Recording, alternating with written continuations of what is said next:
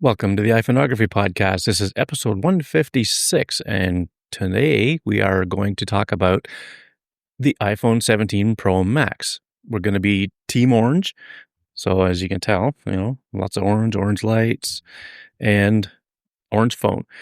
So the reason we are live a day later than normal is because I had an anniversary event to go to yesterday, and so here we are today, and I really appreciate these guys for coming in, a day later and rearranging their schedules. Hey, Dave and Dwight, how you doing? Good, Doing Greg. good, Greg. Hey, Dave. Good.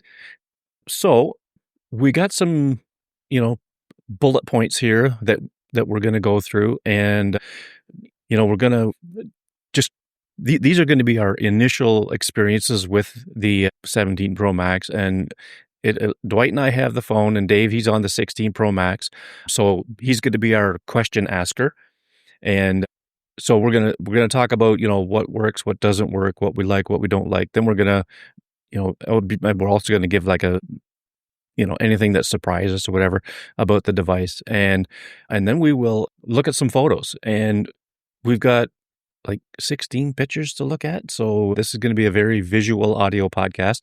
And if you're listening on your podcast player, don't forget to have a boo at the screen when we get these pictures up.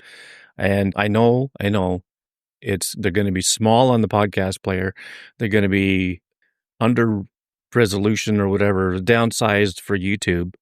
So when this podcast goes live on the audio player tomorrow morning, at some point tomorrow, I will put the pictures on our Facebook page under this episode, and you'll be able to have a better look at them. So be sure to do that. And even if you want to listen along on the audio and then check out the pictures as you go, that's probably a good way to do it too. So, okay. So Dwight, we are both Team Cosmic Orange, and Aaron Zolo did a poll on X and asked people if they were getting the Pro, what were they going to get? And most of them, like 52%, I think it was, said silver, which I find very odd. It's a neutral color. Maybe that's why it was. Yeah, it's a neutral color. Yeah, especially if they're getting it for like even work related or anything professional related.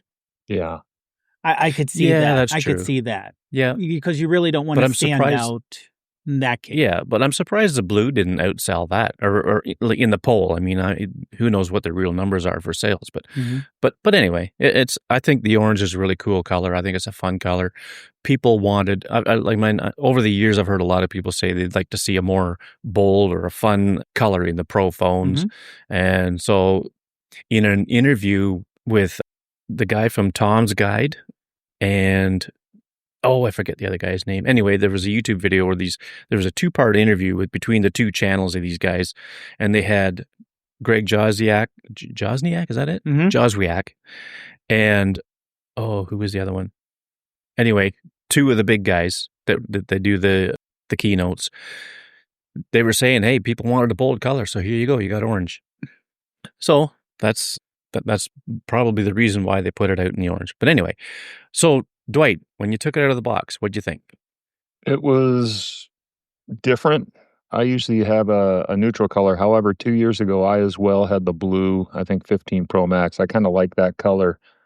I've been kind of into orange lately with the orange watch bands and that kind of stuff with my Ultra.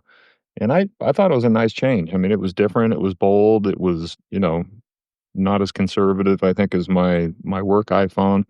But I like the change. Unfortunately, the case covers most of it, so the actual color you only get on the back and the upper panel there where the camera and sensors are. But yeah, I mean, it's nice. Yeah, and I really wanted to get the clear case, but they put that great big white patch on there, and that just ticks me off. Now, Greg, I did get a clear case, a third party, and the Apple logo was mismatched with the one on the phone, because on the phone it's down farther because they centered it on this on the cutout on the bottom, and then the case manufacturer had it set in the middle of the phone the way it looks now, so there was an offset. Really? Yeah, so I sent that one back. Yeah, that's interesting. let's see here. So when I took it out, I thought, yeah, this is really cool. I thought this is nice. This is a nice orange. One thing that I've been hearing and actually seeing on YouTube is that this aluminum may not wear very well. It could be scratched easily. I've seen people have already chipped the corners of their phones. So I'm going to keep the case on probably most of the time, but I do like to take the case off once in a while. Yeah. And Greg, Yeah. let me just bring a little something up. These are a lot of people who are reviewers who always go with the pro model. So they're coming from titanium or stainless. And aluminum is a much softer metal. So if you're used to dropping it a certain way and not being, dented, that is one of the, it sounds kind of weird. One of the strengths of aluminum is it is malleable. So it will bend a little bit without cracking or breaking, which is kind of a positive thing in a way. But yeah, aluminum's not as tough as other materials. I mean, they picked aluminum because partially, I think, well, they will tell you for the thermal properties, because it is much better thermally, but also aluminum's cheaper and lighter. cheaper to machine. Machining titanium is very, very tough. Yeah, but the other thing was too is that the finish on these things isn't as robust as it was, say, last year. Now the ceramic shield 2, is pretty robust, I think. But the aluminum itself, like the orange coloring or blue or silver, or whatever you're getting, apparently doesn't hold up well, especially like around the edges of the camera plateau. Like it could scratch off pretty easily, apparently. So if you're putting it in and out of your pocket, you're going to want to have protection on that, probably. I think so. Yeah. I think so. But I would say maybe even look for a case, and I don't know if you maybe look for something non-Apple that has a little extra ridges around that. Hopefully, I've seen some. Yeah, some of them look like they have a little more ridge, especially around the lenses, where that'll give you a little bit of extra protection. Yeah. And I've seen some of them advertised. Like there was one that was pretty cool. It had a chrome ring around here, but it popped open and you can use it like as a stand. Mm-hmm. But I'm not going to buy all these different cases. Oh, no. But so the tech woven case itself is pretty rough, I think. So the fine woven case, it didn't stand very well at all. Hang on, Dwight, I'll put you full screen and you can hold that up again. The fine woven case, it wore out pretty quick. Well, a year later, you could see a lot of wear on it. And this one here will wear out your pocket material, I think, before it wears out. It's pretty robust. Like I seen guys on YouTube try to take a key or something like that and scrape it, and it didn't really do anything. I've got a little Apexel, I think it is, 200 times little macro lens thing that goes on the phone. And I took a picture of this to see what it looked like. And believe it or not, let me see if I can pull up the picture. There's blue in it to make the colors. It's pretty crazy. Could be blue and red. There it is there. It is blue, a light orange, a purple, and almost like a black. Okay, so that's how you're getting more dimensional color than. Well, it's weird how those colors make the color of this case. Yeah. And but when I think of I think we lost Dave. Yeah. Oh no, I'm here. I'm just. Okay. I was trying to do this while you were talking. I just noticed my camera seemed to be like super zoomed into my face. Oh, so okay. I just was double checking that since I was using my phone. Oh, all right. But yeah, I mean, as an offset printer who like the printing of magazines and stuff like that, you'd be surprised at what colors are in something like a brown like that. Hey, Greg, out of curiosity, do you have your 16 Pro Max there as well still? It's my camera right now. I am weighing the two out, and I can't tell the difference. This is the aluminum is supposed to be lighter. I almost want to say it's Now, heavier. you have a case on both? Yes. And That could make a bit it of a looks to me difference. like the cases are, I would say the case on my Pro Max is probably a little bit heavier. It's leather, and really the weight. oh, yeah. I have a scale, and I will weigh them later, but I can't tell the difference. Yeah, I didn't really tell, I did that too. I did the whole one in each hand test to see what they would be like, and I couldn't really tell too much of a difference. I mean, if it's just merely grams, then Yeah, you're not going to be able to tell. Yeah. Yeah. So, Dwight, you obviously held it without the case? How did it feel in your hands? Like, did it feel comfortable? Uncomfortable, indifferent? What compared to say the 16? It was indifferent. I don't take my phones out of the case very often. As a matter of fact, when I unboxed it, the first thing I did was put it in a case for fear of Mhm. dropping it. And yeah, it felt like any other phone that I've had. I didn't analyze that piece of it as much, but it did feel good in the hand. Yeah. Yeah, I agree. I just the only reason I brought this part of it up is because I've heard some people online say that, oh, it feels so much better in the hand around her than the 16, but I didn't really notice that much of a difference. So I just wonder what you thought of that. Okay, so anything really surprised you? There's things that you weren't expecting from the phone? Not aesthetically, other than the color. I think we can get into a little bit more of that, in the functionality of the cameras when we get to that point. Yeah. Okay. But nothing, to me, it's very similar to my 16 Pro Max in orange by looking at it with a Yeah. different camera bump. Yeah. Okay. Yeah. Same here. I think the biggest thing that jumped out at me was the fact that the color was nice and bold, just a nice change from the Pro phones of yesteryear. I thought that the Desert Titanium was a bold change. Not really though, because they had like white and creamy color ones like that before, I think. And I was that close to getting the blue. I almost got the blue one, but I'm glad I got the orange. I was happy with it. Okay, so likes and dislikes. Some of the points that I made were, the color, obviously, the speed of the phone. It's pretty robust in speed. I like the telephoto. We'll get into that as we go. The front-facing camera. We don't have any photo samples from that, but in my couple of times that I have tried it, it's pretty good. It's really good. And the feature where you can change the orientation with just the tap of the screen is pretty cool. And then overall image quality, I think it's definitely improved, even over the 16 Pro Max. So, I mean, that's pixel peeping, but it's a fact, I think.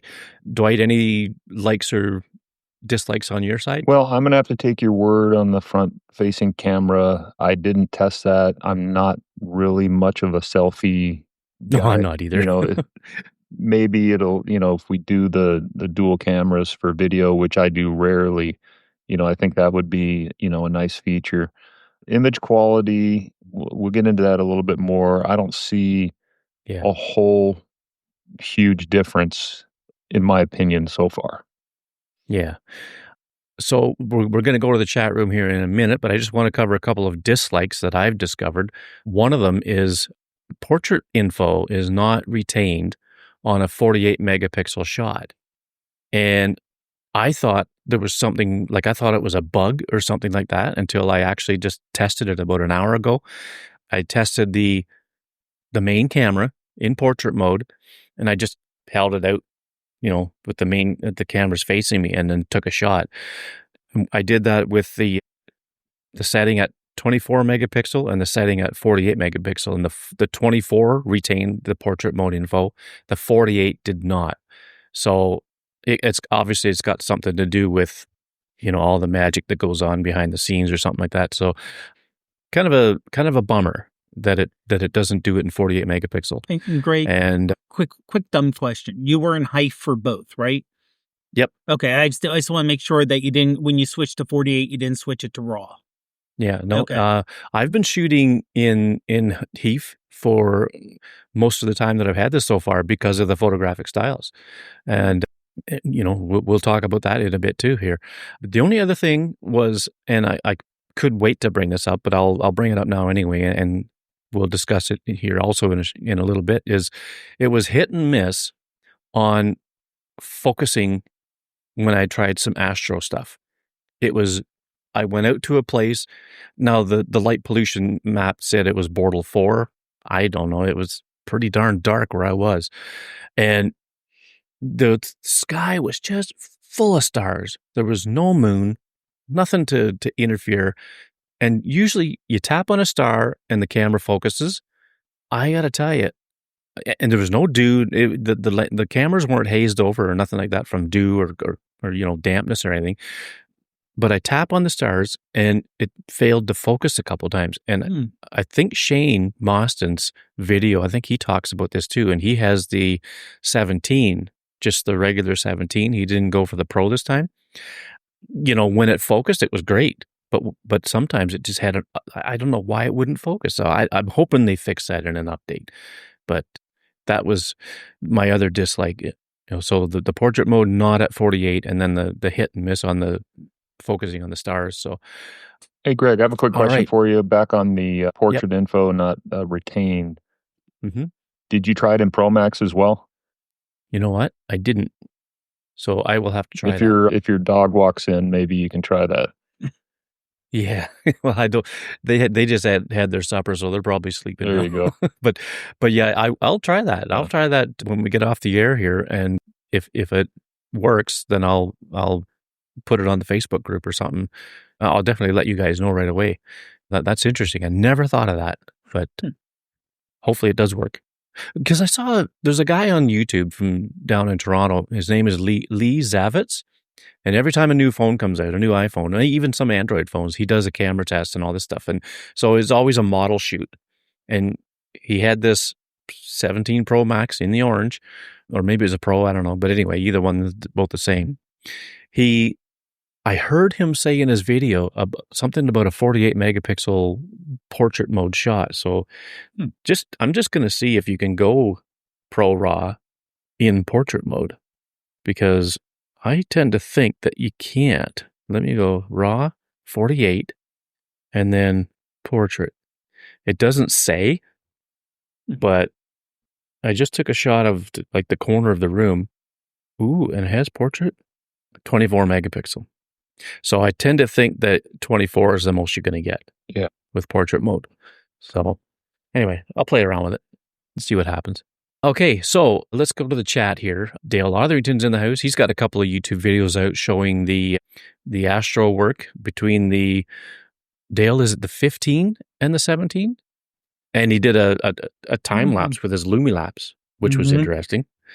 And Stephen Just, looking forward to the live podcast. Hello from Southampton, Ontario. What? That's like 20 minutes from me, man. Seriously. Nice to see somebody close by. So yeah, Stephen, if you're ever coming to Owen Sound, hit me up. Somehow, you'll find me. Wilbur has been testing it on Halide, so I'll be interested to see how that goes. Halide's going to put out a Mark III sometime in the near future, I think.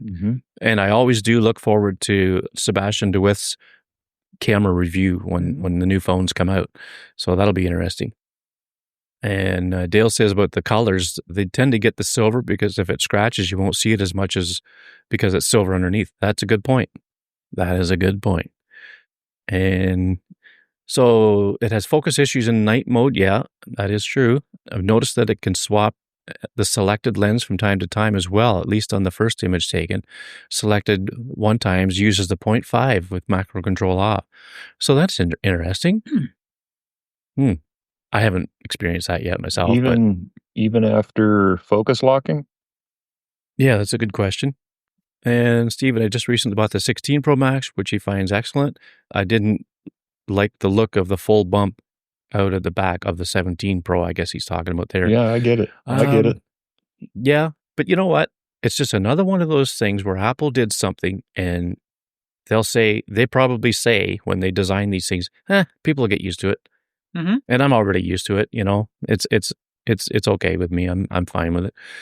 And so Dale with his videos that he did, the single exposure was the 15 versus 16 versus 17. all pro phones. And the one with the 15 versus 17 was the Lumilapse time lapse. So a couple of pretty cool videos there to check out on his channel. And as a matter of fact, Dale, I'll put a link to your channel in the show notes. And finally, with Astro, you tend to not lock focus, so I haven't really tried it for that use. Yeah, you don't really usually with Astro in watching Shane and in my experience, you just basically tap on a bright star for exposure, and it should focus. Yeah. Yeah. Well, unless you lock your exposure, the iPhone is constantly trying to focus on everything.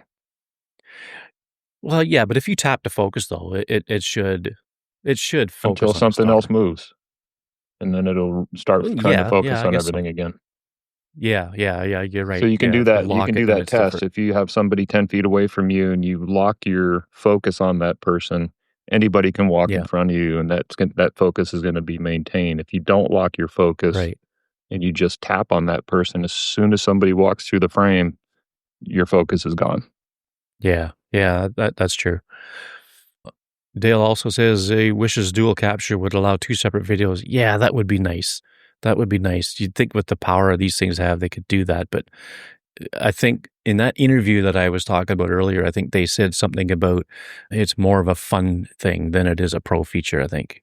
So that's, yeah, I maybe the next time. Yeah, I'm thinking that's almost like how Apple's handling time lapse. We would all love, say, oh, we want to select, how long it can be and how much and all these other details. And Apple just says, no, we're just going to give you a time lapse. And if you go long, if you go too long, we're just going to cap it at a certain thing. And that's all we're going to give you. And we're not going to give you any more. And same thing with the dual camera, which, by the way, was it a dual cam? The double take. That's still available, and that still works on even older ones. And that does give you the option of picture-picture or side-by-side or 2 separate files. Yeah. Because I tried using that a couple years ago, I think even on my 13 that I had. And, well, it came out with the 11, so... Yeah. Well, didn't realize it came out that long ago, but yeah. And because that's when Christopher Cohen was on stage at Apple. Because I was using it actually to try to video an end of a race. So I would video the start line coming up in the video of me running. So I could see something like that where the picture-in-picture would be useful. Oh, yeah. Or for sure. You're showing fireworks and you want to see people's reactions type thing. Yeah. I don't do a lot of video, but I will try it out at some point, I think, just to try it, to see how it works. And the nice thing about it is you can move the little view of yourself. You can move it around the screen, right? And that is reflected in the video. That's, if you do that, it's in the video, like it's embedded in the video. So, all right. So let's go and look at some pictures here. The first thing we're going to do is Dwight's going to take us through the range of focal lengths, beginning with the 0.5. And you should be able to see that, right? Yeah. So this is I didn't really do any editing on these, so just to kind of preface it. Oh no, no, that's fine. Yeah, I just wanted to get the get the shadows and the highlights right, and get it tonally semi-correct so we can speak about it. So this one's the 0.5 camera, ultra wide. Yeah. Okay, and we're going to try to spend at least a minute on each of these if we can, because when I put the chapters in for the podcast player, if I go too quickly through those chapters, sometimes they might get skipped in the processing. Okay, well, let me bring up something about the 0.5 then. Sorry, Greg. Okay. Did you notice any less corner issues with the 17 versus an earlier phone? Nope. With the 0.5? No. Or about the same? Yeah, I mean, I got a little bit of a vignette on this thing, but no, I didn't notice any differences at all. Okay, yeah. Yeah. So this is the one times. The one times. Yep. Happened to catch a bird on the third in line with the boat, and you can see that this. I like that, the bird on the third.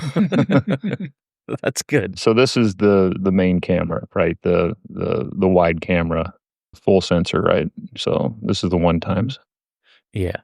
And Yeah, and what I wanted to do was I wanted to catch the sunrise and I wanted to get a little bit of the sun, but it was starting to come up at this point. We had some traffic that was taken away from the boat. You can kind of see the wake there. So the sun had come yeah. up just a little bit more, and it was a beautiful morning. It was warm, and it was a nice shot south from Dana Point through, heading down into San Diego County down south.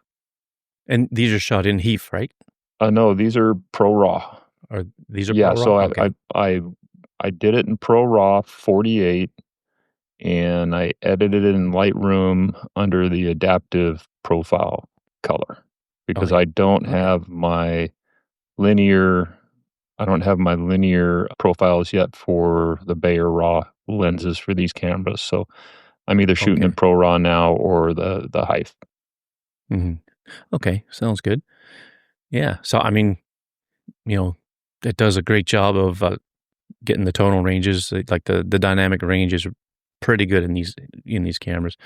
They've been like that for years, though, Yeah, I had admittedly. to lift the shadows in both the foreground and Oh, yeah. the foreground and the sky. It was a little Okay. dark. It was darker than it looks here outside. Yeah, okay. So they're edited slightly, just not a full-blown edit by Dwight. Right. Yeah, okay. That's cool. So what I've always So now noticed the 2 Yep, times. sorry. Yeah, what I've always noticed with these lenses, the farther you pull in, the more color you get. And I really had to kind of lift the shadows, so we can at least see the silhouette of the boat in the foreground and the background. Greg, if I'm not mistaken, this is the 2X lens, Yeah. the digital crop. Mhm. And apparently Apple does some type of magic to these things, even though they're a digital crop. But anyway, we're just pulling in a little bit closer here. Sun's coming up over Camp Pendleton, and yeah, I mean nothing much different than the other one except for pulling in on it. Yeah. So now when we go to the 4 times, now we're talking a different aperture. Yes, yeah. This is its own lens, right? Mhm. So this is the difference between. I think this is the main difference between the 17 and the 16 because the next dedicated lens was the 5X on the previous one. And I like being back just a little bit further, back at this 4X or I think it's 100 millimeter range. Mhm. Yep. I like it Mhm. a lot better, I think, than the 5X so far. And I think And I'll be able and to prove that when I do some different shots with maybe people in it. yeah. And I've heard a lot of people, reviewers and whatnot, since the 17 came out, talk about how they like the 4 times Hmm. better than the 5 times because the 5 times just got a little too Yeah. close. And you know what? I've been finding that I have to agree with them. I think back of the times when I tried using the 5X and, oftentimes I back up. This is just too close. And, unless there's something, well off in the distance, then it was fine. But quite a few times I noticed it was a little too close. And with the 4 times, yeah, it's a little better focal length, I think. Yeah, I'll talk So, about this a little bit later, but I definitely like the 4X over the 5X. I thought that was too big of a jump over the previous mhm, model of 3X to 5X. Mhm. yeah. Yep, for sure. And then with the 8 times. Yeah, so this is the 8 times. So I think this lens is nuts. I mean, this is an Yeah. amazing lens, right? And that really pulled in, and I'm still in the same spot where I started from the point 0.5. Mhm. Mhm. And what can I say? I was in a little bit of a hurry here because there's some more traffic coming. I didn't get the boat, you know, centered the way I wanted to in the frame, but it gives you an idea of how far this 8X can pull in. Super happy with it. Yeah. And Dwight, Yeah. you didn't do any lightening of the image. It's just a matter of you're that close on the boat and you didn't have the sun in there. So so the sun didn't dominate the light dark. So you can actually see details here on the boat where the other ones, the boat in my mind looked more like a silhouette. Yeah, I had to pull the midtones up in the foreground. And Okay. Greg, maybe I'll do the before and after. I'll send the befores to you for the website O for the okay. Facebook just to kinda see where it was. This was a pretty dark photo Oh, okay. when I first pulled it up. But I could see your point there, Dave, where you don't have that bright sun, so it's gonna meter a little differently, Mhm. right? And I would have thought that too. I would have thought, okay, you're getting more shadow detail because that Yeah. bright sun isn't intruding, right? Yeah, in contrast Um, with the 4X, right? I had Mhm. to expose for mhm. the sun, which is gonna mess my shadows up a little bit as far as detail. Yeah. Yep. And I know people are saying there are the nitpickers out there saying, "Well, this isn't a true 8X optical, it's optical equivalent They or called it whatever." optical quality. Yes. Optical And quality, Yeah. yeah. the thing is, like my 5X lens on my 16, it's a 12 megapixel. Mhm, Yep. So the 8X is matching pixel by pixel what my 5X does. mhm. It's just a matter of, Mhm. and I'm assuming Apple does other Apple magic to make it Th look better than just a simple crop of the middle. They do, Because they I've have their seen it. own Yeah. magic formula they put on it to so they're where they can call it, digital like, I guess. Yeah. Because I saw people who took, using a 4X and just cropped it into the middle Mhm, to get the same shot, and the 8X using the 8X setting on the phone looked better. So mhm, it is more than just taking the middle part there. It's taking the middle part and other things going on with now it's not what Samsung has done with AI and machine learning to enhance photos, but it is not just straight, pro raw using the camera app, the Apple camera app. You're not going to get this is exactly what the sensor sees. There's going to be manipulation involved. Yeah, and I Mm. also should mention that I did crop to a 4.5 on all of these, and in some cases, I pulled in a little bit farther just to take out some distractions and a few other things, so just keep that in mind when you see the originals. Okay, yeah. I mean, I don't imagine you went too far, but even just going 4 or 5 isn't taking a whole lot off, really. It's Yeah, just a little bit off each end, right? and I'm not worried about it in Pro Raw, so Yeah, yeah. Yeah, well, I mean, that's a pretty good, run through the different optical or lens focal lengths that they give us. I mean, hey, you could have went even further, and with the 1 times, you could have went 1.2 times, mhm, 1.5 times, but then that's getting a little, you know, crazy. yeah, But the idea was to see just the difference between I mean, the range that you get from a point 0.5 to the 8 times is crazy. yeah, Mhm. I did the same thing the other day on a walk with the dog. I looked the one street I was on, you can kind of look down a little bit on another part of town, and there was a building off in the distance, and I used that as my center point, like you did with the boat, and I just get closer, closer, closer, closer. It's not as good an aesthetically pleasing photo like these ones of the boat, so I didn't even bother trying to bring them in, but yeah, I did the same thing. But I even went so far as to dial in the 40 times that's capable, like mm, the digital zoom. And yeah, no. yeah. It's it's not that clear. When I see people taking pictures and they're doing this, Yeah. my tendency is to run up to them and, next thing you know, I'm talking to them for an hour on how you do that, Yeah. Yeah. and my Uh, family's just so behind me going, "Oh, there he goes." yeah. So a couple more pictures with the boat. And, this is your, basically your straight out of the camera Yeah, shot, right? this is straight out of the camera, HEIF, and what I wanted to do was illustrate the new bright editing option that is in the standard camera or Photos app under the editing capabilities of an HEIF, Yeah. And you photo. can shoot with that photographic style too. Correct.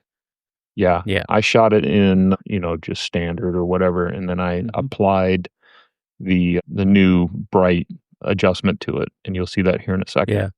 So this is the 4 times, correct? This is the 8. I'm pretty far away from this Oh, thing. Wow. Oh, okay. All right. Oh, wow. That is impressive. Yeah. Okay. So then this is the edited version. What really surprised me was how it brought the shadows up on the boat. I mean, you may have to go back just to maybe show the audience that one more time, but normally to get, that kind of adjustment, you almost have to isolate that subject and edit it separately, but this thing was able to kind of pick the subject out on its own and Mm-hmm. really brought those shadows up without, over exposing the rest of the photograph. And I do notice a little bit of a kind of a orangey rose maybe tint to it. I don't know if that's due to the sun, but I really like how this turned out. Now, unfortunately, Apple doesn't have a histogram, so I don't know if the right side of that boat, the highlights are blown out, but Yeah. I I you know, I gotta be honest with you. I love the process of editing raw photos and even pro raw if you do it right with the right profiles and stuff like that. But if Mhm. you wanna be quick and get just a nice, edit on something, I need to start looking at these a little bit more and shooting in, the height, to be honest with you. Yeah. Yeah. I know I've been doing it a little more often. Yeah. So in fact, I think the next image. Oh, okay. So we got the Astros that we're going to go through here first. So I took, these are the Astro shots that I did with. This is the 15 Pro Max. And now what I did with these is that when I edited the one you're going to see from the 17, I did them in Photomator, and I copied the edits from the 17 into the 16 shot and into the 15 shot. They're all Pro Raw, and in this one, the 15, the color was just so far out to lunch. The 15, in the original shot was so much warmer than the other ones. Like the color temperature was so much warmer. And, so I really had to, fiddle around with the editing when it came to trying to get it to look kind of similar to the other ones.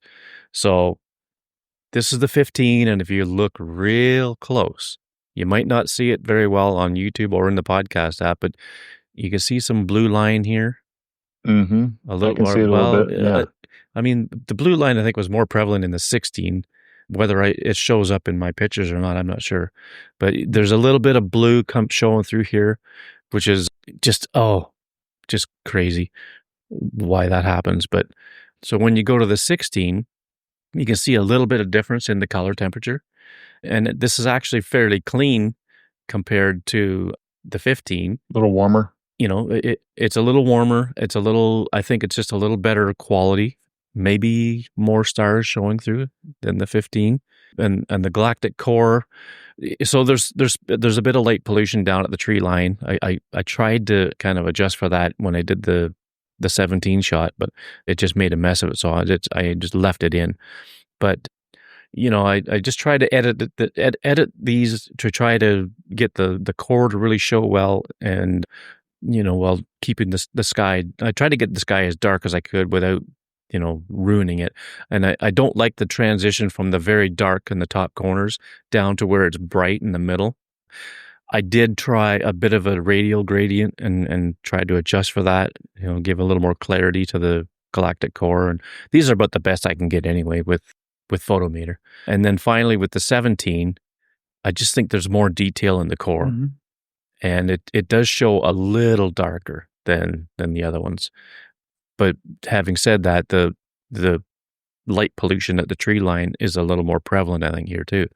But I mean, it's just a real quick astro test that I did. I think it might have been the night that I got it. I went out. Greg, I don't wanna put you on the spot, but why do you think this one's better than the 16, from a technology I think, standpoint? well, I think there's just a little more detail in the core, like in the clouds, Okay. like the gaseous clouds or So whatever they not call. I th- necessarily a difference with the camera? well, not a whole lot, not enough. I mean, if you got the 16 Pro Max and you think you want to go to the 17 Pro Max just for astro work, don't do it. Mhm. It's not worth the money. It's you know, and plus there's the fact that it was hard to focus. Mm. I don't know why. I don't know why it did that. But I think it's got to be a software thing, because I think hardware-wise it should do it. I was able to focus most of the time, but not all the time. But I think in the clouds here, in the real deep part of the core, I think that's where there's better detail. So if I was to go back to the 16, yeah, it's and again, same adjustments. I didn't do anything different in those two, but I think there's just a little more detail and it looks like it galactic keeps core. it darker further down. I know you said about more, you think there's more pollution on 17. I think because if you look between the 16 and 17, the 16, the light pollution shows a little higher. Yeah. Where you can see it's a little more fades in. Yeah, there's a lot more light pollution near the bottom of the core, where you can see it shows the core darker. And now I will say that means that you do have a harsher line of light pollution down the bottom. Mm-hmm. It looks more like a framing almost because of the light pollution, where the other one was more of a wash across. But it was more of a I subtle. even tried to paint I tried to paint a mask on there to, bring that down a bit. But then by the time the slightest movement of the adjustment, you could see where I had the mask. It was just too visible. And I see more of a subtle gradation or whatever, if you will, from dark to light on the 17 as well. And I think you'd pointed out how dark the upper right was on the 16, I believe. But then again, that may not be camera related. That might be something else. Well, it could be the difference between how the image gets processed, even though I use the same adjustments. I copied the adjustments from the 17 and pasted them into the 16. And, it wasn't bad, so I left it. I didn't do anything else to it. I think I could have played around with the 16 image to try to get it a little closer to the 17, but I thought, no, I just want to see how these look. And when the 15 came out so vastly different, then I had to play around with it, or it just looked like a massive failure. And I mean, and I think one thing we have to remember is that the camera, when we talk about the camera on an iPhone, it's in the past, you could just say it's the lens and the sensor is the camera. But now we have to consider the built-in image processing as part of the entire system. So even though, the glass isn't changed, the sensor may not be changed between the 16 and 17, the image processing and the image processing chip is all new. So they said they improved the photonic engine this time. Yeah. So over last year, you're going to get pretty much this, even with the same hardware lens, it's going to look different because of the baked in processing that happens. It's not even processing. You can't, with the built-in app, undo it. Yeah, that's right. Yeah. So, it was an interesting comparison. And now when Dale did his testing, his videos, he showed unedited videos or unedited images, and they looked a lot more similar to each other than mine did, I think. So, I mean, and difference in light pollution, his galactic core goes across the sky this way, as opposed to mine over here, it goes up and down. And I think as time goes on through autumn here, we'll get a little more time to get the galactic core before it dips down below the horizon, if I'm thinking right about how it works. But I really wish we had the galactic core going across like they do in Australia. It's makes for such a better image. But so other images that I took, this is like the autumn colors are starting to come in up here now, which is, oh, yay. I love this time of year. It just doesn't last as long. And this was, again, Heath images, and I used the amber photographic style. I think I shoot them all in standard, but then I when I did the edit, I put the amber on it, and then that boosts the reddish orange in the leaves, and it even boosted the green a little bit. And so in the slider, I could drag it down to increase the contrast a little bit. And like you said, Dwight, it's getting more and more fun to play with those photographic styles for sure. And the next one I took was these trees here. Every time I go to this place where these trees are, I always seem to take that picture of these trees in the fall because they're always early turning. Some of the first ones that I see usually are these ones here. And again, another amber photographic style. And yeah, I had a lot of fun with the photographic styles last year too. I remember using that a lot. And I think that, nothing else great. special done with that. That one, Mhm. was that do you remember, was it a 4X, or do you remember what zoom you used? This was the 2X. Okay. Okay. Yeah, so and the one prior to that was the 8 times. And so then I did a couple with Reheld, and I wanted to see how it performed with the telephoto. So these are just at the 4 times, and because you can't go from 4 times to 8 times in Reheld. It only gives you the one focal length. And I was so happy with how it performed because I think I mentioned earlier about those crosshairs in the middle. When you're taking a Reheld shot handheld, you make sure they don't move too far away from each other. That way the frames can be aligned a lot more easily. And because it's a 48 megapixel sensor giving you a 12 megapixel shot, it was really nice and stable, just like what was it? With the 16 Pro Max and the 5 times, it was only a 12 megapixel sensor. Mm-hmm. So it had a hard time holding those crosshairs together, no matter how still you held that thing. And I had a lot of times where it would just fail and it would just be all scrambled. So I had to, delete that one and try again. But with this one, it's so nice to be able to have those crosshairs just hold nice and still. You get a nice sharp image. And this was 5 seconds. And then I tried one at 8 seconds of the dam itself. This is just above the waterfall, and boy oh boy, it just nice and crisp and clear. And this one I think was edited with that bright photographic style.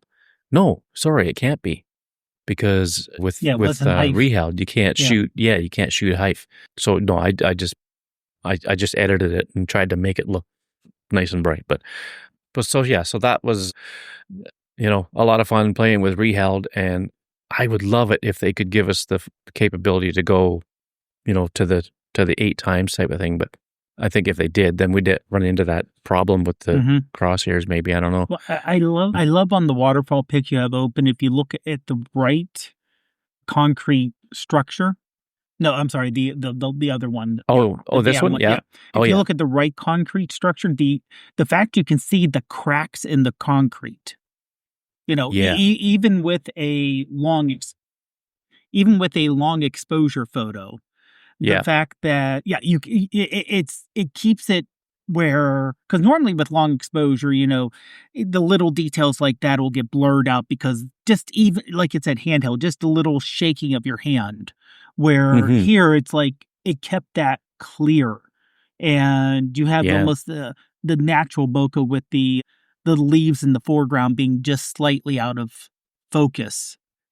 And the fact that they were kind of moving in the wind too. We should probably mention to those that aren't familiar with Reheld that this is handheld, and Reheld is a handheld application for long exposure. So that's pretty amazing. Yeah. Just real quick before we finish up, Dale said he wishes Apple would release iPhones through their winter down there, so they had longer nights to capture instead of 4 to 5 hours a night. Yeah, so we're in autumn in the Northern Hemisphere.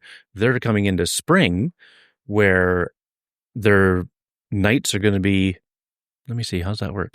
Yeah, their nights are going to be shorter. Their days are going to be longer. So yeah, I get that, Dale, for sure. But I'll say that, Dale, even in at least where I am, even in our middle of summer, the most amount of sunshine you would get, we still don't get only 4 to 5 hours of night.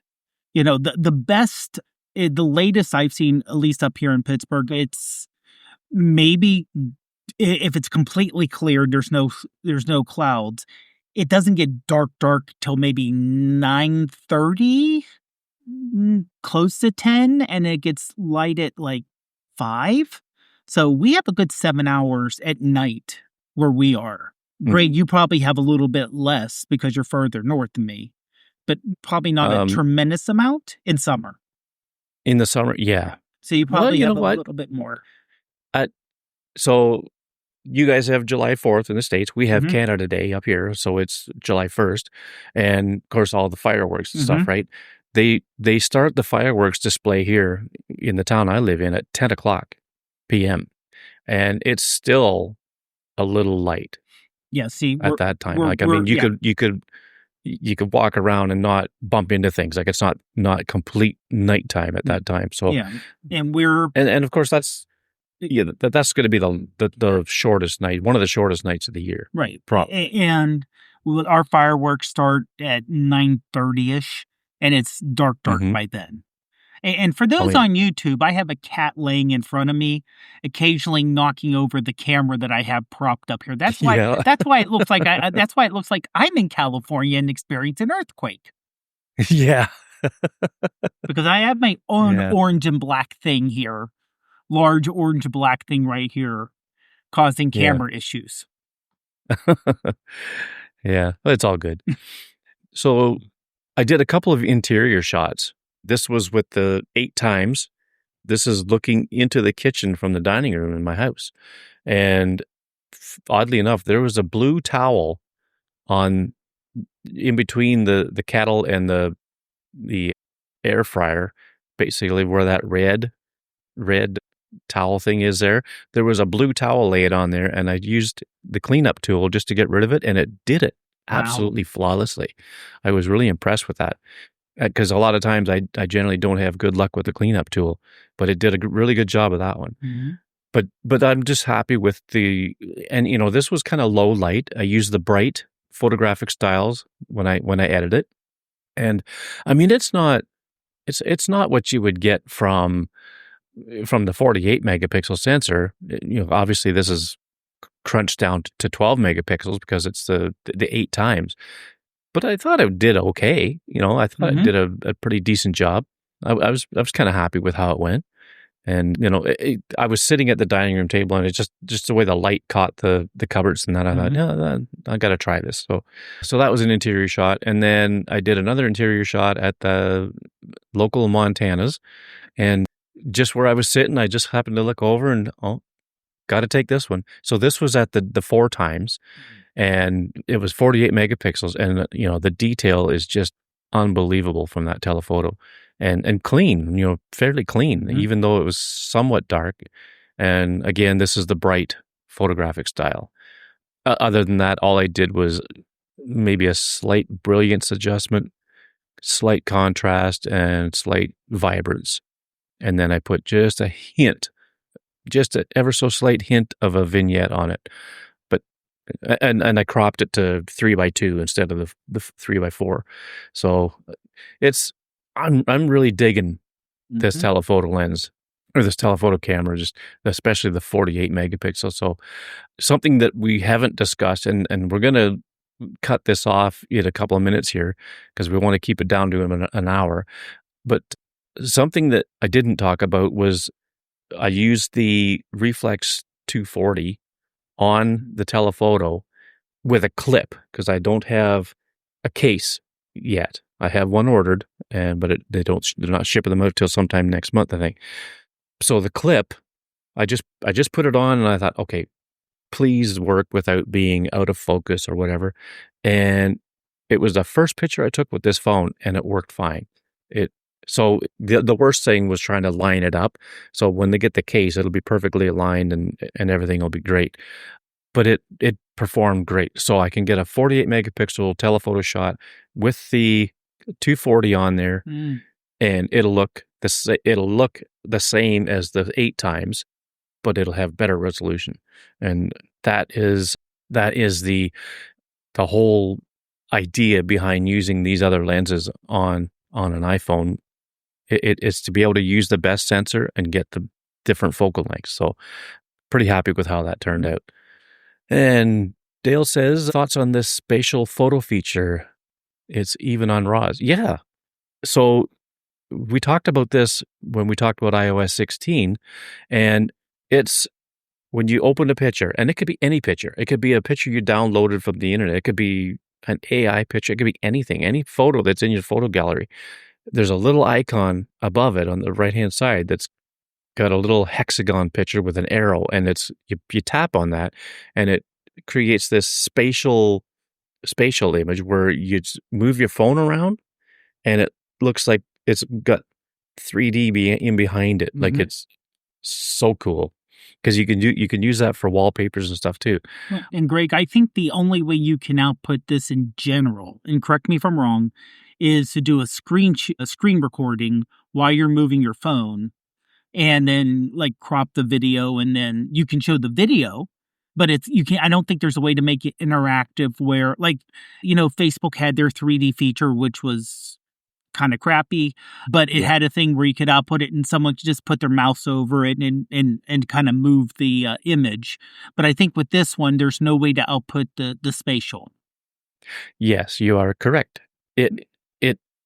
That's the only way you can show it, is to do a little screen recording of it. Maybe someday Apple will have some way of sharing these spatial things with other iPhone users. That would be cool. I don't know if they need to create a new format for that, or like a new wrapper. Maybe, I don't know. New wrappers, software wrapper. Well, I'm just or something. Yeah, I'm wondering though if you could share it with a Vision Pro. I don't know. I haven't heard anything about that, but I will never know. I will never know either. Those things they're $34.99 in the US, and it's like closer to $5,000 Canadian. Yeah, and I don't need one. Nope. No. Don't even want one. But anyway, so that's our first take on the 17 Pro Max, and we will, continue to try things out with them. And I want to say thanks to everybody in the chat who showed up and at this oddball time that we did, and we really appreciate it. And guess what? We are over 1,000 subscribers. Woo! Yay! Hey, I looked. I think it was this morning. It was 1,003. There we go. So thank you, everybody, get your dog and cat and everybody signed up. Hey, Greg, one real quick question before we go. Would you suggest others upgrade from the 16 to the 17? Here's my opinion. I like that 4 times crop. I just don't think there's enough there yet for those that want to go from the 16 to the 17 from a photography perspective. There's a lot of new stuff on videos.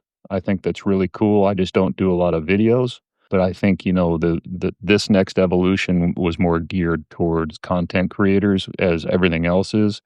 So my personal opinion, unless you have to have that 410 with that 4 times zoom, and maybe, a little bit more kind of a machine learning type algorithm that might make your photos look better, I just don't see that much of a difference.